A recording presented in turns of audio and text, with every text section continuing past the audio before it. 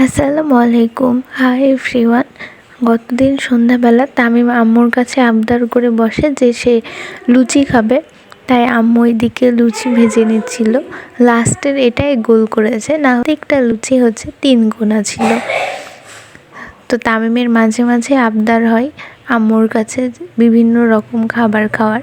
তো আজকে আম্মুকে বলছে লুচি দিয়ে নাকি মুরগির মাংস খাবে। তো তারপর রাতের দিকে বাবা যখন বাসায় আসে সেই সময় দেখলাম যে 2টা শেরমাল নিয়ে এসছে।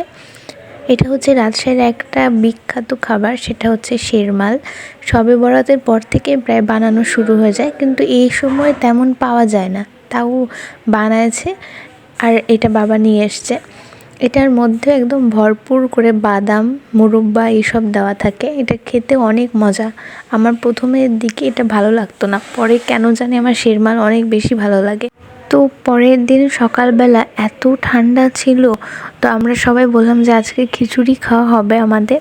তা আম্মু এদিকে খিচুড়ি রান্না করছিল, মানে রান্না করা শেষ, এখন হচ্ছে পেঁয়াজ মরিচ সব তেল দিয়ে হালকা করে ভেজে নিয়ে খিচুড়িটা এর মধ্যে দিয়ে দিল। বৃষ্টির দিনে বা বেশি ঠান্ডা হলে সেই সময় আমাদের বাসায় প্রায় খিচুড়ি রান্না হয়। খিচুড়ি না হলে হাঁসের মাংস এরকম।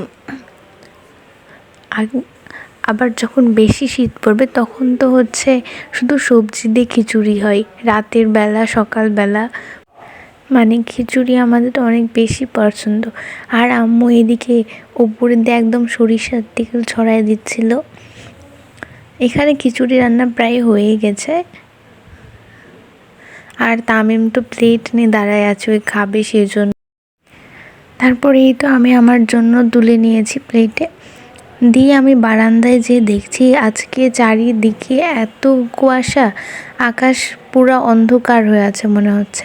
দিয়ে ছাদে গেলাম, ছাদে যেয়ে দেখছি আজকে আসলে অনেক অনেক ঠান্ডা। ওই পাশে তো নদীদের কিছুই দেখা যাচ্ছে না, পুরো সাদা হয়ে আছে। ক্যামেরাতে অত বোঝা যাচ্ছে না, কিন্তু আসলে অনেক ঠান্ডা পড়েছে আজকে। আর এই ঠান্ডার সময় আকাশ দিয়ে পাখিগুলো উড়ে যাচ্ছে, সুন্দর লাগছিল। তো আজকের ভিডিওটাই পর্যন্তই।